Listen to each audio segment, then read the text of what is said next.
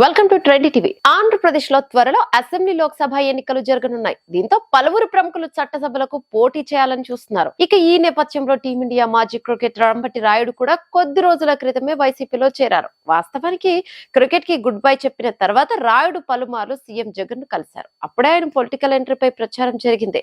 కానీ అంబటి రాయుడు ఎలాంటి క్లారిటీ ఇవ్వలేదు. అయినప్పటికీ గుంటూరు జిల్లాలో ప్రజలతో మమేకం అవుతూ వచ్చారు. ఇక వైసీపీలో చేరిన రాయుడు లోక్సభ ఎన్నికల్లో గుంటూరు నుంచి వైసీపీ అభ్యర్థిగా పోటీ చేస్తారని ప్రచారం కూడా సాగింది. అయితే అనూహ్యంగా రాయుడు వైసీపీకి గుడ్ బై చెప్పారు.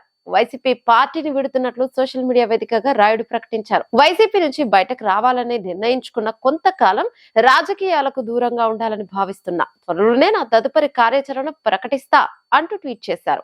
దీంతో వైసీపీ శ్రేణులు తీవ్ర నిరాశకు గురవుతున్నారు. డిసెంబర్ 28వ తేదీన సీఎం జగన్ సమక్షంలో వైసీపీ కండువా కప్పుకున్న రాయుడు 10 రోజులు కూడా కాకుండానే పార్టీని విడుతున్నట్లు ప్రకటించడం తీవ్ర చర్చనీయాంశమైంది. రాయుడు ఎన్నికల్లో పోటీ చేయడం కూడా ఖాయమని అనుకున్న తరుణంలో ఇప్పుడు సడన్ గా పార్టీకి గుడ్ బై చెప్పడం పార్టీ పెద్దలతో పాటు రాజకీయ వర్గాలను విస్మయానికి గురి చేసింది. వాస్తవానికి గుంటూరు లేకుంటే వైజాగ్ పార్లమెంటు బరిలో రాయుడిని నిలపాలని అనుకుంటున్నారని, ఈ విషయాన్ని అంబటి రాయుడుకు చెప్పారని, ఆయన కూడా అందుకు ఆసక్తిగానే ఉన్నారని కూడా ప్రచారం సాగింది.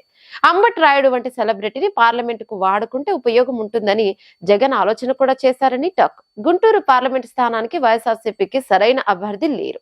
గత ఎన్నికల్లో పోటీ చేసిన మోదుగుల వేణుగోపాల్ రెడ్డి పార్టీ కార్యకలాపాలు చురుగ్గా పనిచేయడం లేదు. కాబట్టి అంబటి రాయుడు గుంటూరు పార్లమెంట్ స్థానానికి సరైన అభ్యర్థే అని అనుకున్న సామాజిక సమీకరణాలు కలిసి రాక సీట్ ఇవ్వలేదో మరో కారణమో తెలియదు, కానీ రాయుడు మాత్రం వైసీపీకి గుడ్ బై చెప్పేశారు. ఈ వీడియో మీకు నచ్చినట్టయితే లైక్ చేయండి, షేర్ చేయండి, కమెంట్ చేయండి, సబ్స్క్రైబ్ చేయండి.